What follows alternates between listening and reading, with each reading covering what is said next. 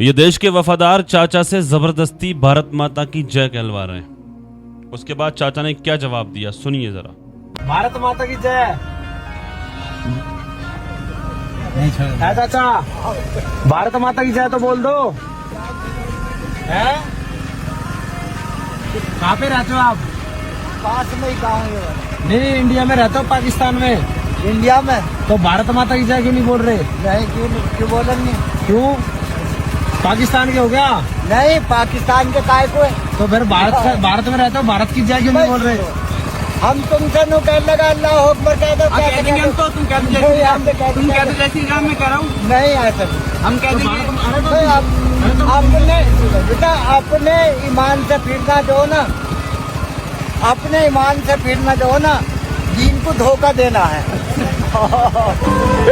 माशाल्लाह। भारत माता जिस देश में रह रहे हैं उसकी जय बोल रहे हैं, भारत माता की जय ये क्यों नहीं बोल रहे आप? नहीं, भारत हमारा। हाँ तो भारत की जय बोल दो। भारत हमारा। हाँ तो भारत आपका भी हमारा, ये तो बोलो भारत की जय क्यों नहीं बोल रहे?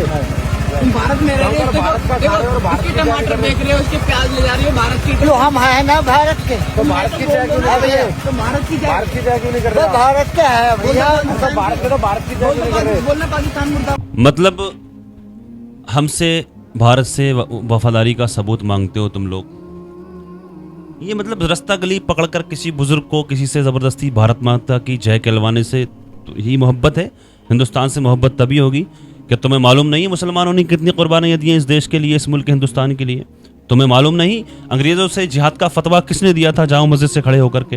क्या तुम्हें मालूम नहीं कि पठानों ने किस तरह सीने पर गोलियां खाई थी इस मुल्क हिंदुस्तान को आज़ाद कराने के लिए? जबकि उन पर ये इल्ज़ामात भी लगाए गए कि पठान पीठ दे करके भाग रहे थे। तो उस पर खान अब्दुल खान गफ्फार साहब ने ये कहा था कि अगर एक भी पठान के किसी बच्चे की अगर पीठ पर अगर गोली का निशान दिखा दो तो हम इस आज़ादी से पीछे हट जाएंगे। तो इस पर रिसर्च हुआ था 3-4 दिन तक, तो एक एक की सीने पर गोली के निशान दिखाई दिए थे। तो तुम मुसलमानों से सबूत मांगते हो? क्या तुम्हें मालूम नहीं? मुसलमानों ने इतिहास पढ़ो, इतिहास। मुसलमानों ने लाखों मुसलमानों ने इस मुल्क हिंदुस्तान के लिए अपनी जानें कुर्बान की हैं और तुम मुसलमानों को गद्दार कहते हो। बस भारत माता की जय कहने से ही मुसलमान भारत का वफादार होगा?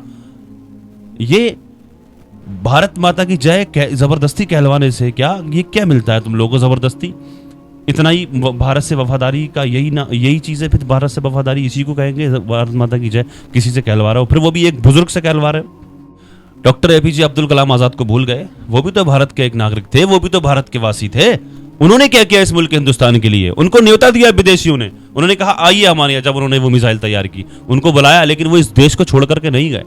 तो यही वो अभी जो गई है ना पहलगाम का जो मसला हुआ था, तो वो क्या भारतीय नहीं थी? वो कौन थी? या फिर वो मुसलमान नहीं थी? इसलिए इस नफरतों को ख़त्म कर दो, वरना तुम्हारे बच्चों का भविष्य बर्बाद हो जाएगा, ये मुल्क हिंदुस्तान बर्बाद हो जाएगा। इस तरह की बातें मत करो, काम करो ना। काम क्या फायत की बातें करते हो? ज़बरदस्ती लोगों को परेशान करना, लोगों को रोक करके, खासकर वो भी बुजुर्गों को रोकते हो तुम लोग। इसलिए इस तरह की बातें ना की जाएं तो बेहतर है, वरना ये मुल्क बर्बाद हो जाएगा, तुम्हारे बच्चों का भविष्य बर्बाद हो जाएगा। इन बातों से कोई भी फ़ायदा नहीं है। और अगर आपको ज़्यादा कुछ मालूम नहीं है और ज़्यादा कुछ अगर इन्फॉर्मेशन लेनी है अगर आपको, तो आप दिल्ली के इंडिया गेट पर जाइए, वहाँ पर पूरी लिस्ट लगी हुई है कितने मुसलमानों ने इस देश के लिए जानें कुर्बान की हैं, कितने हिंदुओं ने, कितने सिखों ने, किसने इस मुल्क हिंदुस्तान के लिए अपनी जानें कुर्बान की हैं।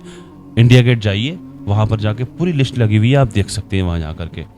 और मुसलमानों से भारत से वफादारी का सबूत ना मांगे तो बेहतर है, क्योंकि मुसलमान पहले ही इतिहास रच चुके हैं।